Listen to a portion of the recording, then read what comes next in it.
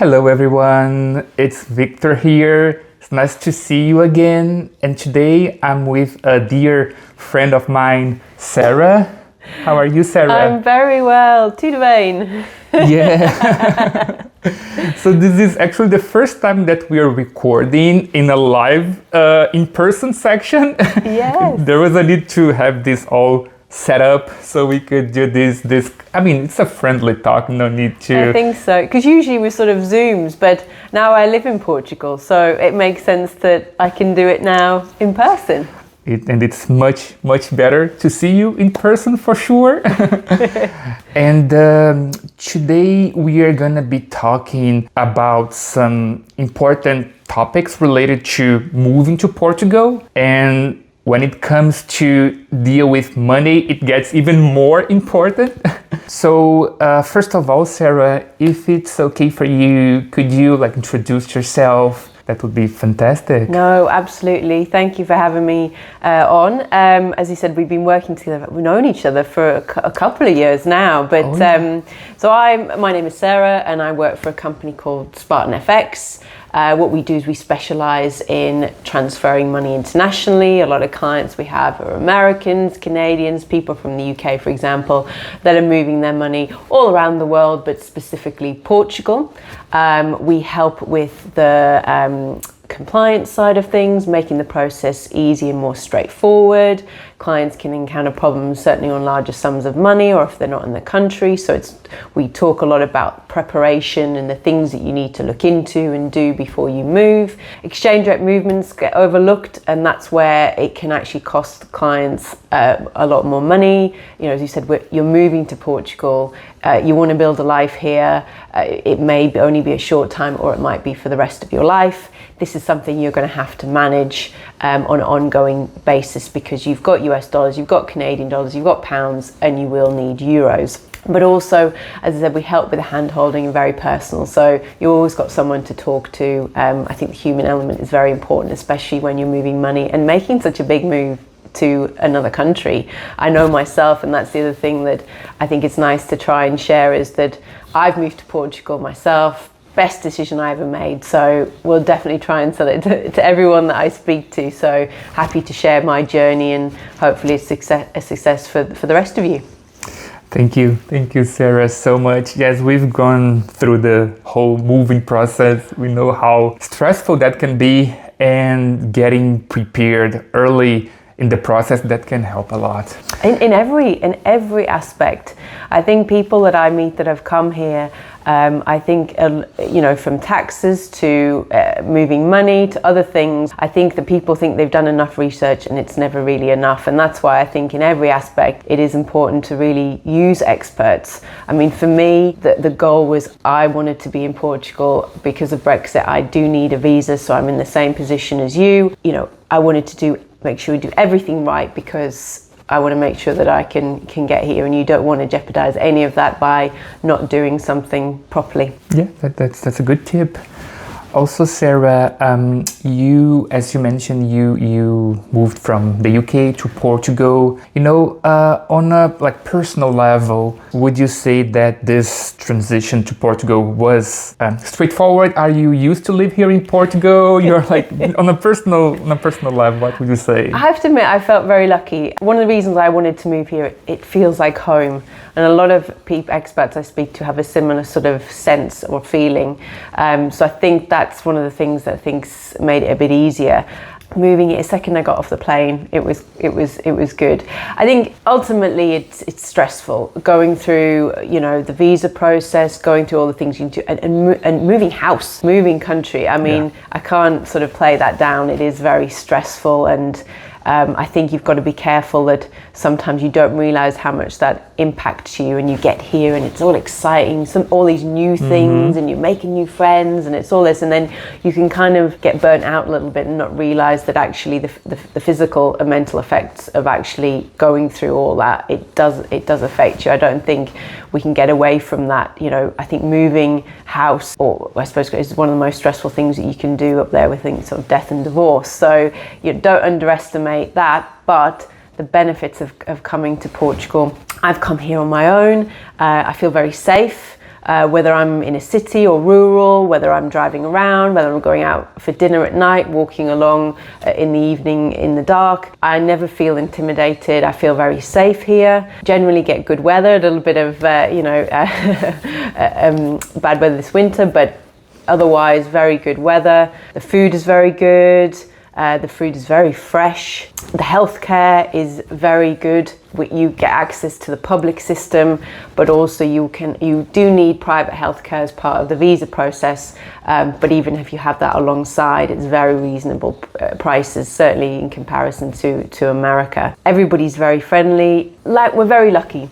Language isn't a problem. It's something that it is on my list of goals that I want to achieve anyway, and especially for citizenship.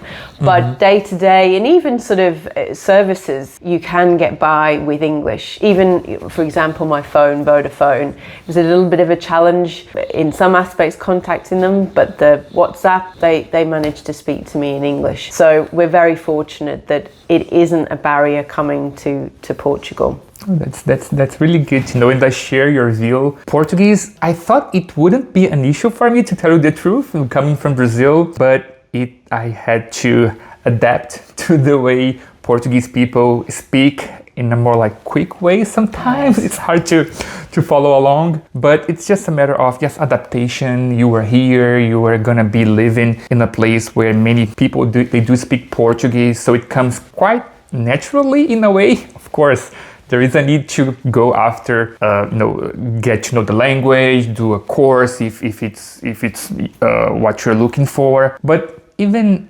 English is widely spoken here. I have this feeling that people here, they speak good English. I don't know if you share this. Yes, I was told by a couple of Portuguese, the reason being apparently is that when they were growing up, a lot of the films or TV shows, they would be English American and they would have Portuguese subtitles, whereas when you go to places like Spain, for example, they used to dub the films. So that's another reason why I think they said that their English is quite good from the culture, from that perspective. But the other side though is you are moving to a foreign country.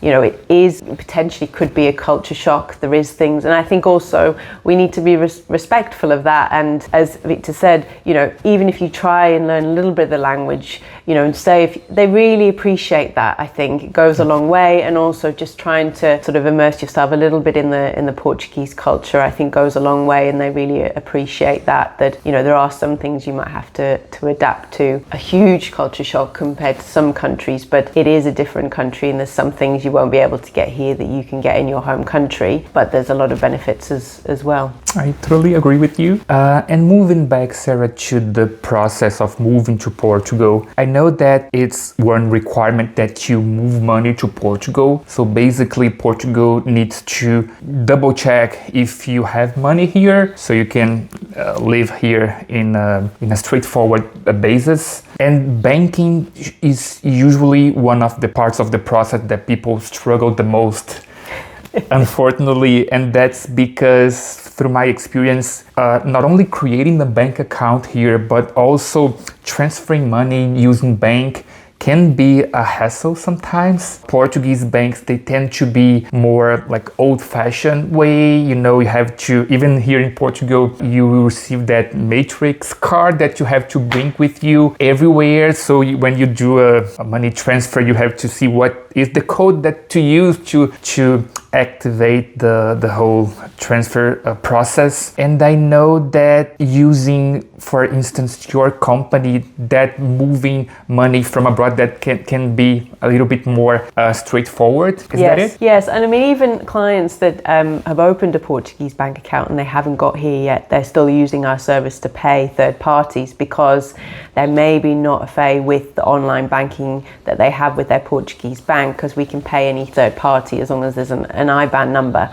But you're right, I mean, for the visa, we can still act as the middleman between your home country, so sort of US dollars into euros, and put it in your Portuguese bank account, because for the visa you do need it to be in a PT IBAN bank account in Portugal. But essentially, the banks, I would say, clients find that they're not as competitive on price. And even in America, there's still sort of old school sort of systems and processes that are going on there as well, not just in Europe. Ultimately, that's why we exist. If they were giving such a great service, then it would be harder to be in the market. But certainly with the banks, I would say, the pricing is really not competitive. They may say that they give free transfers, but nothing's for free with the bank. So yes, they may offer a free transfer fee, but it's actually in the exchange rate you'll find the difference. The other thing with your bank is that they can't hold euros for you if you don't have a Portuguese bank account to pay into. And also, when you go to make a transfer, say you went in and got a price today, you said that you authorized the payment. If it didn't go today and it went tomorrow, and the rate had changed, it would be the rate that the money's actually sent. So if the money's short and you're, say, paying for a property, that could be a problem, and there's extra hassles. So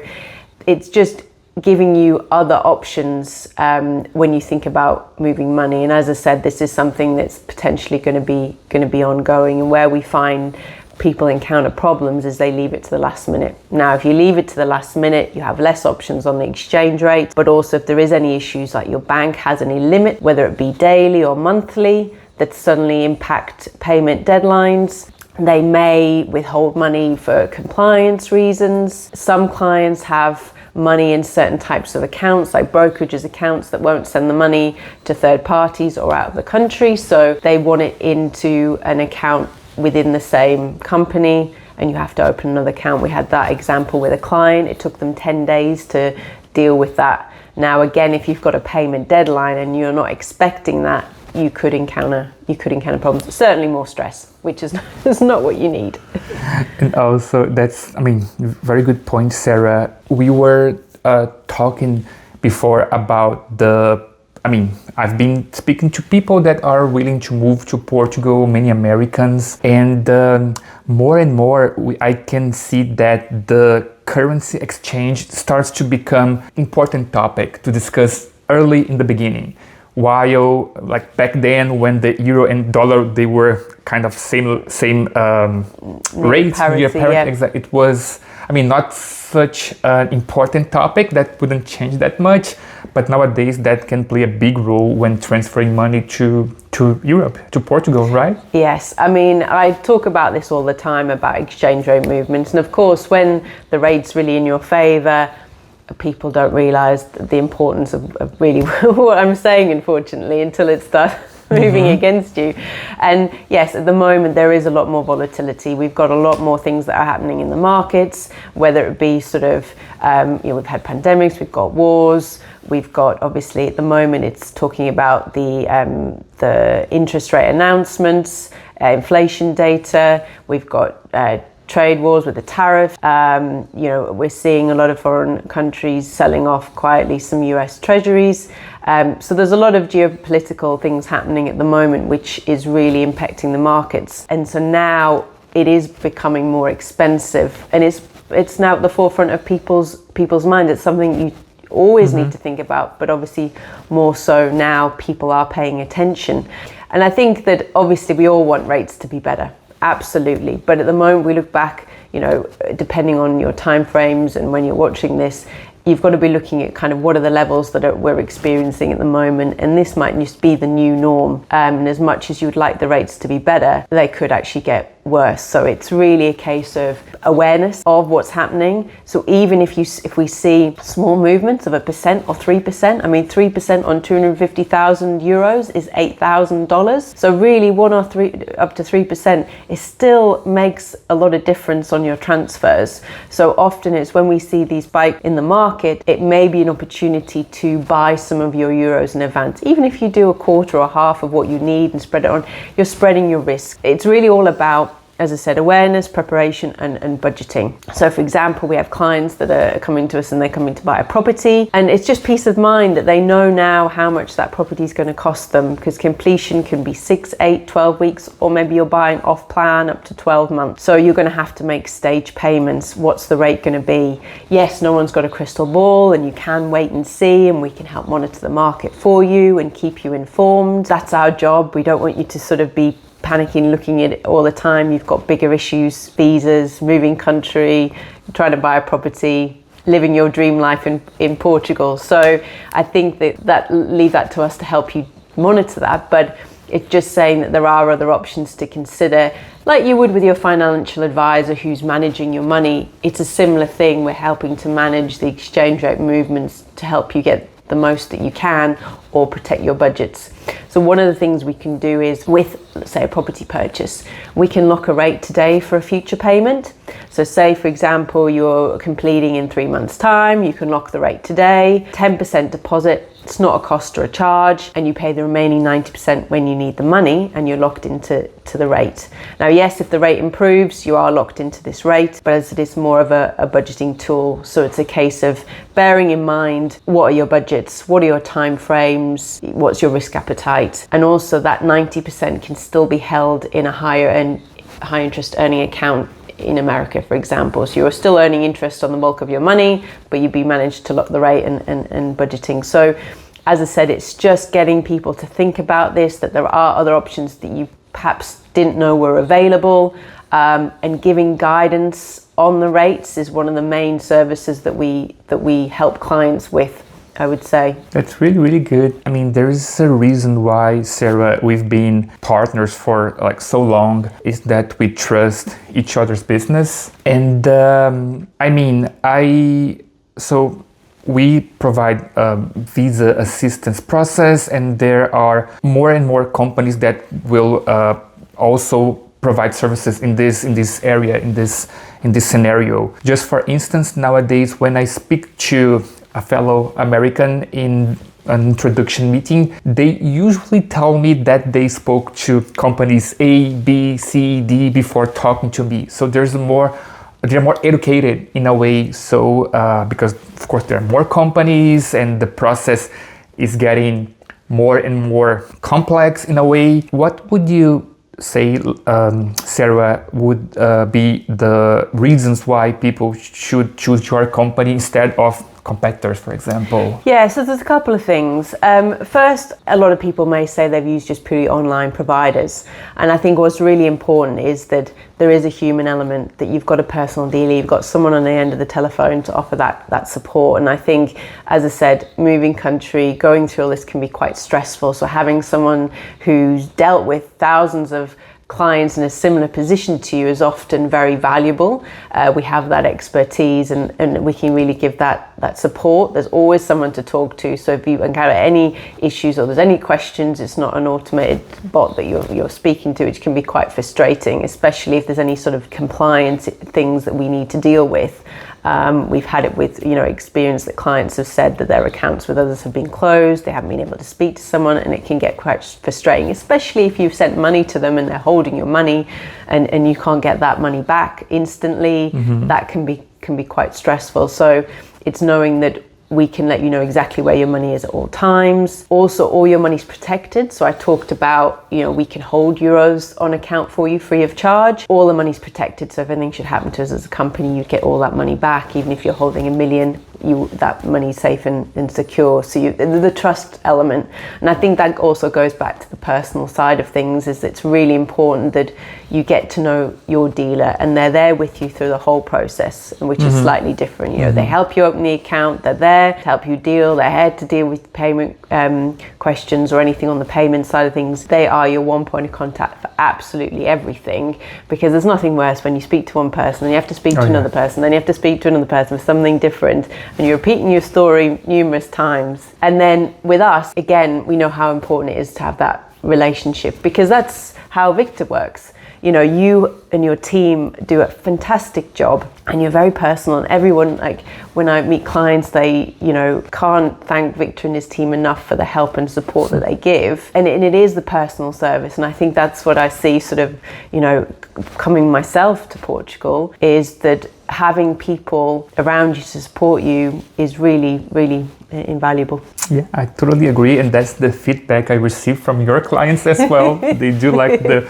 personal level that you provide when assisting them, and it's a big move. Of course, the money transferring, it's a part of the process, but it's a big move that impact them, of course, on a personal level. So if we can at least try to help them navigate the process, holding hands, that can make the process much easier. Is there any final message, Sarah, you want to share?